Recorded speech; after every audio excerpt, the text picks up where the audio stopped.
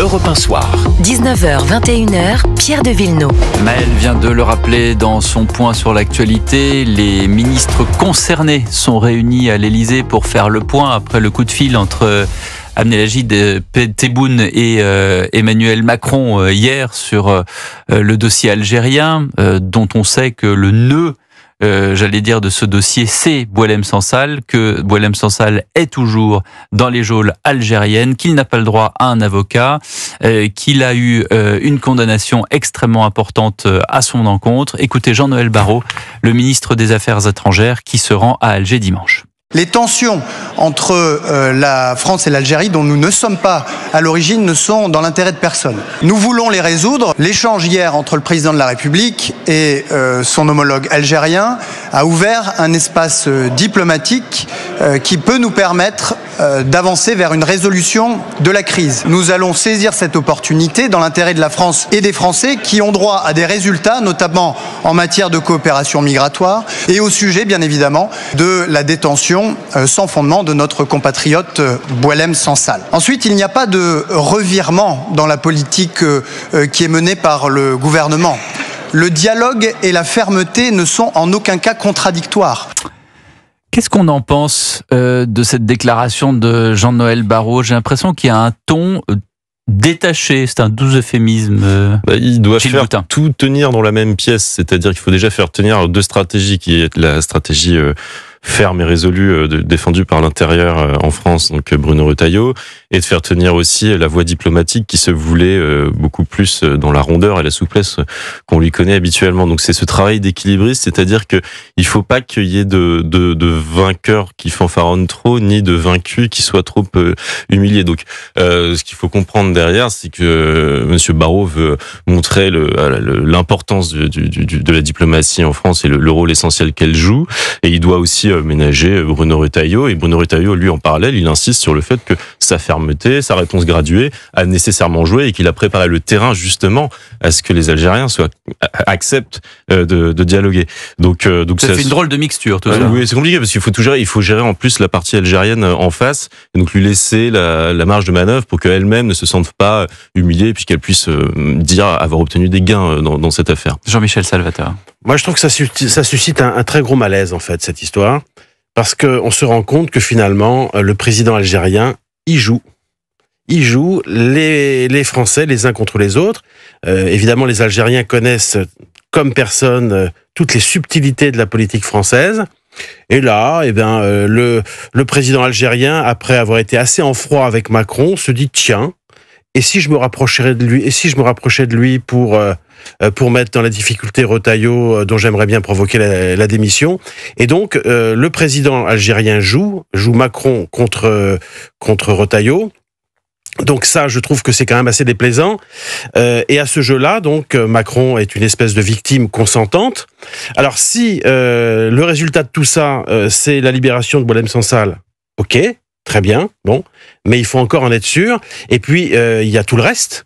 Parce qu'il y a l'application des décisions de justice, il y a l'application du renvoi des OQTF. On se souvient que des OQTF, on n'en a pas renvoyé beaucoup, etc., etc. Donc, moi, je pense que Macron a peut-être raison de jouer la diplomatie, mais à ce jeu-là, il faut véritablement des résultats, et des résultats rapides. Oui, alors résultats rapides, ça, on n'en sait rien, mais effectivement, est-ce que Bruno Retailleau va avoir suffisamment d'épaules pour pour avancer sur ce fameux dossier algérien, si tenté, comme vous l'avez dit, Jean-Michel, qu'on lui laisse le blanc-seing parce qu'il y a ce protectorat, entre guillemets, appelons-le comme ça, de Boualem Sansal, et en même temps assurer sa course aux Républicains. C'est-à-dire qu'en face, il y a Laurent Wauquiez qui a sorti, j'allais dire, les armes assez rapidement.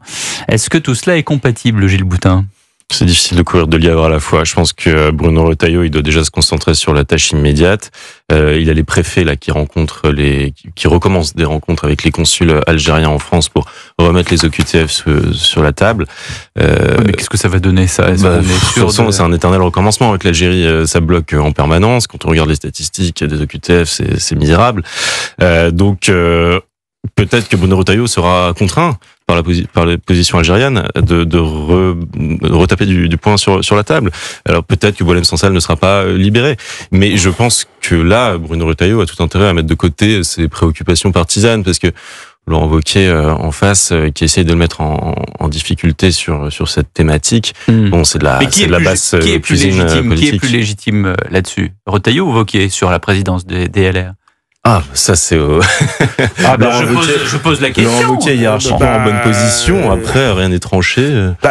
Wauquiez, Jean-Michel Salvatore. Il a déjà été, lui, patron du parti. Oui, il l'a été. On se souvient de la Parka rouge. Et il en est parti parce qu'il avait perdu les élections européennes. Hein, bon. Wauquiez, il se comporte comme si ça lui revenait de droit. C'est quand même ça, son attitude. C'est pour moi, à la présidence du parti, et puis Retailleau, s'il veut être ministre, mais qui n'essaye pas d'avoir la présidence du parti. Bon, non, je pense que... C'est vrai que les dernières déclarations de Wauquiez, c'était il faut un ministre de l'Intérieur à Beauvau, etc., etc. Oui, mais enfin, bon, voilà. on a quand même bien vu qu'un ministre de l'Intérieur à Beauvau qui est candidat à la présidentielle, ça peut faire un Sarkozy qui gagne. Donc évidemment, Wauquiez, il a une certaine légitimité, il dirige une très grande région, mais Retailleau a aussi beaucoup de troupes. Et puis, surtout, dans l'opinion, Retailleau, il a réussi à déclencher quelque chose dans l'opinion. Il a réussi, finalement, à redonner aux militants de LR l'espoir, éventuellement, de gagner. Alors que, pour l'instant, Wauquiez n'a pas réussi ce tour de force-là. Donc ensuite, on verra, c'est les urnes qui parleront. Si en interne, il y a plus de militants qui veulent Wauquiez, ça sera Wauquiez. Et si, à l'inverse, ce sont plutôt les Retailleauistes qui gagnent, tant mieux pour Bruno Retailleau. Mais je constate quand même que Retailleau a autour de lui, d'abord, à mon avis, l'opinion. Il a réussi à créer quelque chose, comme je le disais. Et puis, il a aussi tous les classiques des Républicains.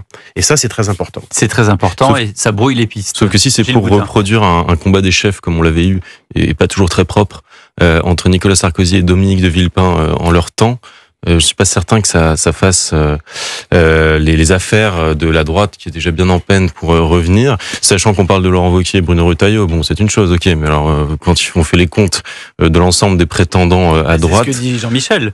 Il y a quand même pas mal de caciques, pour reprendre son expression. Bah oui, donc on va peut-être se garder de ces manœuvres, et je pense que Laurent Wauquiez est plutôt perdant dans ce moment, puisqu'on perçoit qu'il y a quelqu'un qui se pense chef et qui voit la situation lui échapper, alors qu'il pensait être le grand meneur, en laissant Bruno Retailleau prendre des coups à Beauvau. Il avait oublié. C'est bizarre d'ailleurs, Retailleau qui dit je vais gagner. Je sais pas si vous avez vu les déclarations. Là, il a dit ouais, je vais gagner. Je sens que je vais gagner. Bon, on verra. Mais moi, j'ai quand même l'impression, à lire tous les papiers à droite et à gauche, notamment à Figaro, que Retailleau il bénéficie quand même d'une belle avance, et que Wauquiez, qui mise finalement sur les jeunes et sur les militants, a quand même du mal.